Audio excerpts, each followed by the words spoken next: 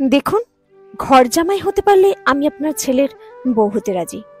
আমি আমার বাবা মাকে আমার মাসিক বেতনের 1 টাকাও দেব না। আপনার ছেলে যেমন আপনার খরচ বহন করছে, ঠিক সেভাবেই আমার বাবা মায়ের দায়িত্ব আপনার ছেলের নিতে হবে। পারবে তো? ছেলের জন্য মেয়ে দেখতে এসেছিল রুনা বেগম। মেয়েকে পছন্দও হয়ে যায়। হবে নাই বা কেন? মেয়ে দেখতে সুন্দর, জব করে, যদিও বয়স একটু বেশি, তবে ধরা যায় না। ভরা মজলিসে সেই মেয়ের এমন ধারা কথা শুনে রাগে কপালে ভাঁজ পড়ে যায় রুনা বেগমের। তার ছেলেকে কি না ঘর জামাই থাকতে হবে? কি আশ্চর্যজনক কথাবার্তা! মেয়েকে পছন্দ হয়ে যাওয়ায় মেয়ের বাবা হানিফ প্রামাণিকের সাথে দেনা পাওনার বিষয়ে কথা হচ্ছিল। কি কি দিতে হবে, কি না দিলেও চলবে, মেয়ের জন্য আলাদা, ছেলের জন্য তো একটা স্বর্ণের চেন, বাইক দিতেই হবে। কথাগুলো হানিফ প্রামাণিক শুধু মাথা ঝাঁকিয়ে মেনে নিচ্ছিলেন। পাশেই বসে থাকা লুবনা, যাকে আজ দেখতে আসা হয়েছে, সে বিরক্ত মুখে রুনা বেগমের দিকে তাকিয়ে আছে। কথাবার্তার এক পর্যায়ে রুনা বেগম লুবনাকে জিজ্ঞেস করে ওঠে, তা তুমি বেতন কত পাও মা? লুবনা জোরপূর্বক হেসে বলে, পাই আন্টি, মোটামুটি কিছু একটা অ্যাকাউন্টে যোগ হয়। কত হাজার বেতন পাও মা? দীর্ঘশ্বাস ফেলে লুবনা। শেষ পর্যন্ত বেতনের অঙ্কটাও বলতে হবে।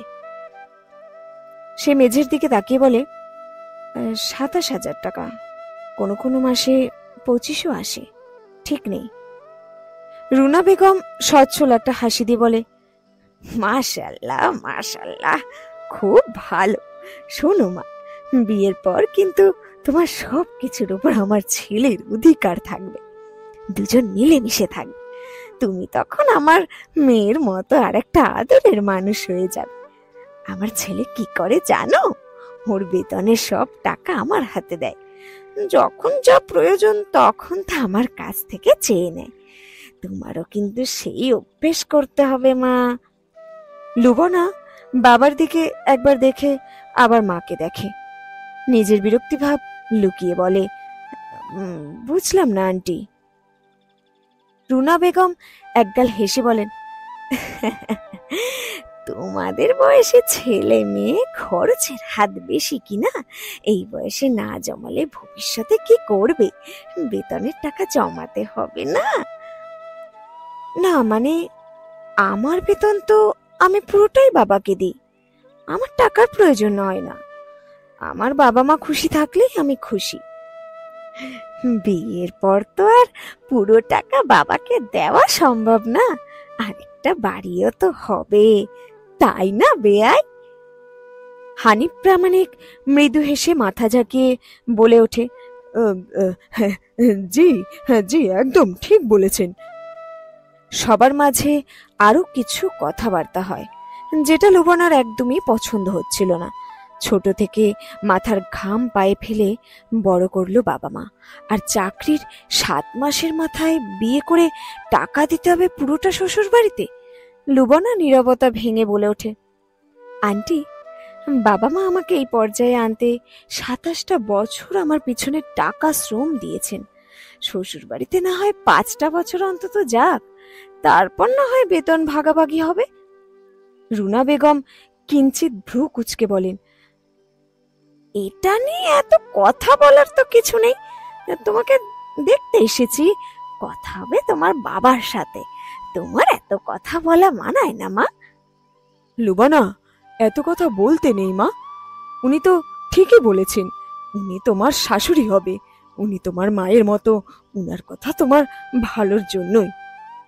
হানিফ সাহেবের কথায় লুবনা তার দিকে তাকিয়ে পুনরায় বলে ওঠে, আমার যে ভালোতে আমার বাবা মা নেই, সে ভালো আমি চাই না বাবা। আর তাছাড়া উনি তো আমার জবের কথা শুনেই বিয়ের কথা ফাইনাল করছে। লুবনা জোরপূর্বক হেসে রুনা বেগমকে উদ্দেশ্য করে বলে, আপনার ছেলে ঘর জামাই হতে পারলে আমি আপনার ছেলের বউ হতে রাজি। আমি আমার বাবা মাকে আমার মাসিক বেতনের 1 টাকাও দেব না। আপনার যেমন খরচ বহন করছে, ঠিক সেভাবেই আমার মা বাবার দায়িত্ব আপনাদের নিতে হবে। কি পারবেন তো? তড়িৎ গতিতে উঠে দাঁড়ায় রুনা বেগম। উঁচু গলায় বলেন, কি? যত বড় মুখ নয় তত বড় কথা। মেয়েকে শিক্ষা দীক্ষা দেননি নাকি মশাই? বড়দের সাথে কিভাবে কথা বলতে হয় শেখাননি? হানিফ প্রামাণিক পরিবেশ শান্ত করার চেষ্টা করেন। এমন সময় লুবনা আবার বলে ওঠে, বিয়ে যদি হয় আমার বাবা কোনো প্রকার যৌতুক দিতে পারবে না। উল্টো আমার দেনমোহর আমি যেটা চাইব সেটা আমাকে দিতে হবে। বাকি রইল আপনার ছেলের স্বর্ণের চেন আর বাইক। প্রয়োজন হলে আপনারাই দিবেন। আমার বাবা কেন দিতে যাবে? রুনা বেগম এক প্রকার বিশ্রী ব্যবহার শুরু করেন। এবার লুবনা নিজের ঘরে যাওয়ার জন্য পা বাড়িয়ে আবার থেমে যায়। পিছনে ফিরে বলে ওঠে, এই বিয়েতে আমি নিজেই না করে দিলাম। ফ্রিতে একটা জ্ঞান দেই আপনাকে। ছেলে বিয়ে দিয়ে এরকম ভিক্ষা করার মনোভাব পাল্টে ফেলুন। আপনার নিজের অগোচরে সম্মান নষ্ট হয়। আপনি বুঝেও বোঝেন না বলুন। রুনা বেগম এবং সাথে যারা এসেছিলেন তারা সবাই তৎক্ষণাৎ বাড়ি থেকে বেরিয়ে চলে যান। হানিফ প্রামাণিক কোনো কথা বলার সুযোগ পান না। তিনি ঘরেই বসেছিলেন। কিছুক্ষণ পর লুবনা পোশাক চেঞ্জ করে বাবার পাশে এসে বসে। লুবনার মা রমেলা বেগম 3 কাপ চা নিয়ে এসে সামনে রেখে 1 কাপ চা নিজে নেন, বাকি 2 কাপ দুজনকে নিতে বলেন। লুবনা চায়ে চুমুক দিয়ে মায়ের দিকে তাকিয়ে বলে, মা, আমি ভুল করেছি? রমেলা বেগম মাথা নেড়ে বলেন, একদম না, একদম ঠিক করেছিস। আমার মেয়ে ভুল করতেই পারে না। লুবনা বাবাকে দেখিয়ে বলে, দেখো না বাবা কেমন রাগ করে আছে, কথাই বলছে না। হানিফ প্রামাণিক এবার বলে ওঠেন, আমি জানি তুই ঠিক ছিলি তখন, কিন্তু সব কথা সবসময় বলা উচিত না মা। তাহলে তুমি আমার কথাগুলো বলতে পারতে বাবা। আমি না বলে তুমি এসব কখনো বলতে না। আমি মুখ বন্ধ করে থাকলে বিয়েটা হয়েই যেত। তুমি এত কিছু কিভাবে দিতে? আমি আমার বেতনের পুরোটা দিতাম। কি করেছে ওরা আমার জন্য বলো? শুধুমাত্র তাদের বাড়ির বউ হব তার জন্য তাদের কথাই শেষ কথা? আমি সব মেনে বিয়ে করলে সারা মাস পরিশ্রম করে মাস শেষে তাদের হাতে টাকা দিতে আমার কেমন লাগতো বুঝতে পারছো? কিছু বলতে না পেরে ভেতরে ভেতরে হয়তো মরেই যেতাম আমি। তার চেয়ে যা হয়েছে ভালোই হয়েছে। মেয়ের কথা শেষ হতেই বুকের একপাশে জড়িয়ে নেন হানিফ প্রামাণিক। দীর্ঘশ্বাস ফেলেন। একমাত্র মেয়ে তার, কবে যে একটা ভালো ছেলের হাতে তুলে দিতে পারবেন। লুবনা হয়তো বাবার দীর্ঘশ্বাসের কারণ বুঝতে পারে। বাবার দিকে মুখ উঁচু করে তাকিয়ে বলে, বাবা, নো চিন্তা, আমাদের আল্লাহ আছে না? তোমার মেয়ের জন্য নিশ্চয়ই একটা ভালো ছেলে আর ভালো পরিবার বরাদ্দ আছে, দেখো তুমি। শেষ হলো আজকের গল্প, ঘর জামাইয়ের প্রস্তাব। গল্পটির লেখককে আমার তা জানা নেই।